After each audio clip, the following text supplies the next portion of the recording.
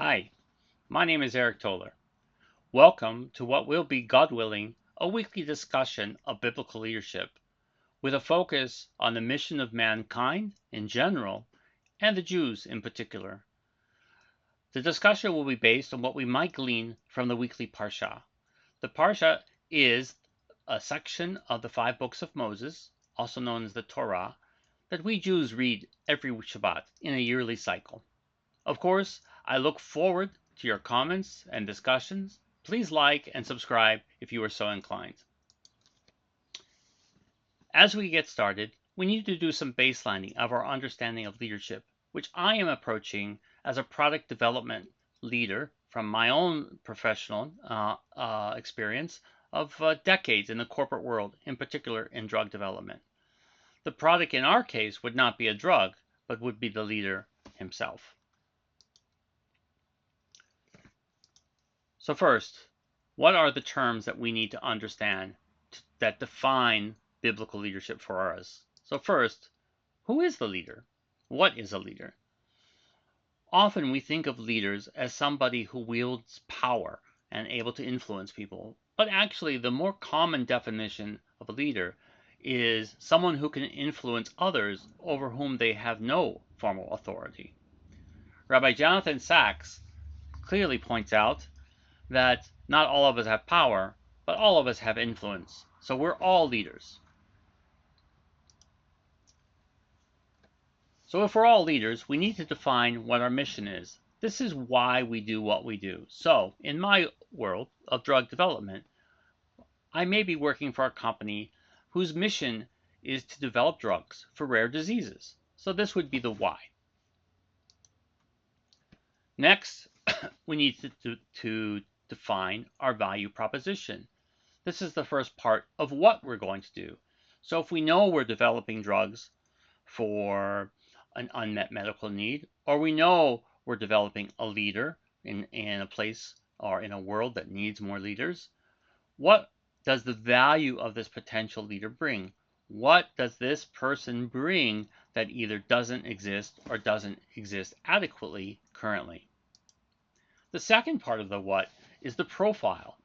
So if a person is going to add value, what exactly is the profile of this leader that we're going to develop, whether it be ourselves or whether it be someone else? And finally, we need to develop a strategy. How do we become, or how do we help others become leaders themselves? So these are our terms. So what is the value proposition of a leader? I published a book in 2024 that went through this, and I'll provide the excerpts here. Here are a few points that came from that book that describe what the value of a future leader would be, such as creating leaders, as I mentioned before, being a person of action, healing some of the pain of this world, and acting so that others feel better for having known you. That's the value proposition. What is the TPP? What is the product profile of our future leader? Again, coming from the book from 2024 and based on my reading of the Torah, we also have a number of attributes which we may ascribe to a future leader. Quite a number here. And you may, in your own reading or in reading of others, come up with different attributes or additional attributes. But the point is, there are attributes that we can ascribe either from what we read ourselves or what we read from others. So how do we get there from here? Again, going back to the book from 2024, just to recap here, what was the strategy laid out in that book?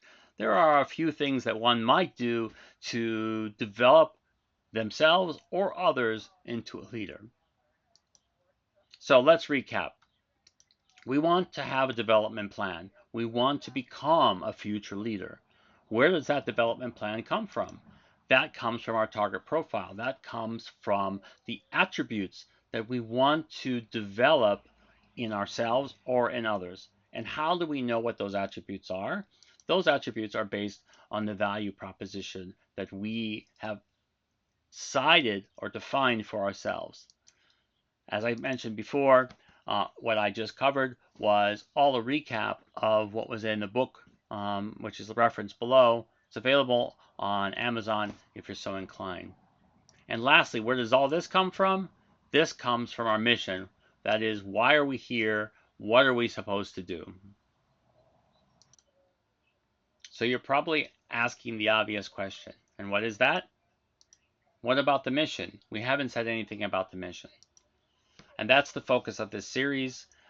I hope that we'll be able to talk about this over the next year, learning from the weekly Parsha about what we can learn about our mission as mankind and as Jews into becoming leaders and developing ourselves and healing some of the pain of this world.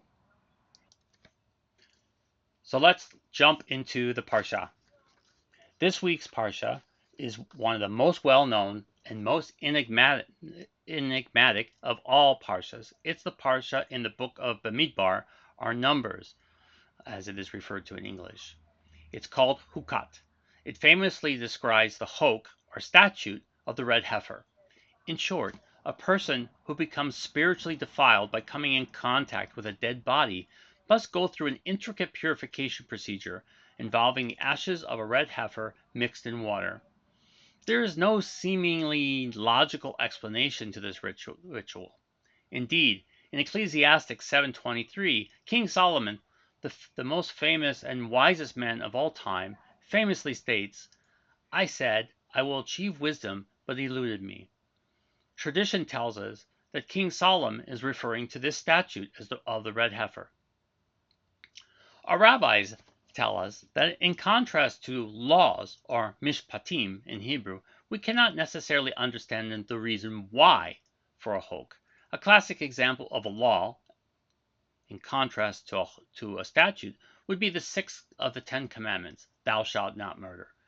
People of many cultures and religions have logically derived this law based on a rationale for why this should happen. Sprinkling a solution of ashes on a person to purify them, however, defies a logical explanation. A priori, it should not be surprising that there are statutes for which we do not understand the why. If we as Jews take the Torah as the basis of our mission, it would be logical to assume it may not all be revealed to us all at once, just as Moses had to wait for his full mission to be revealed.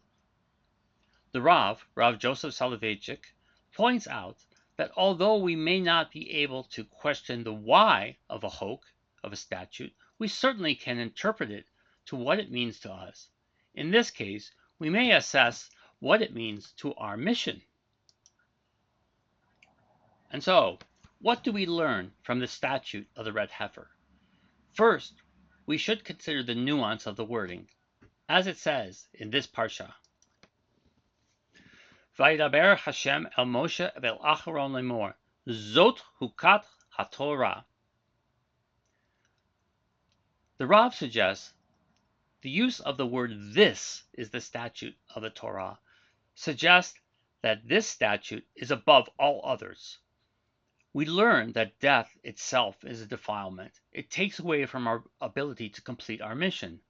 Unlike other major religions, Judaism never focused on the afterlife or, God forbid, celebrates death.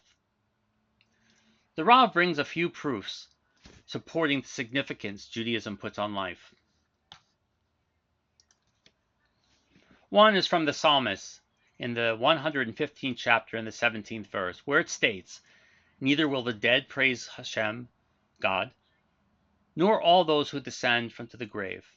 Another is a famous story that comes from the Gemara on the second side of page 103 in the tractate called Kesubot, where Reb Yehuda Hanasi is crying just before he dies.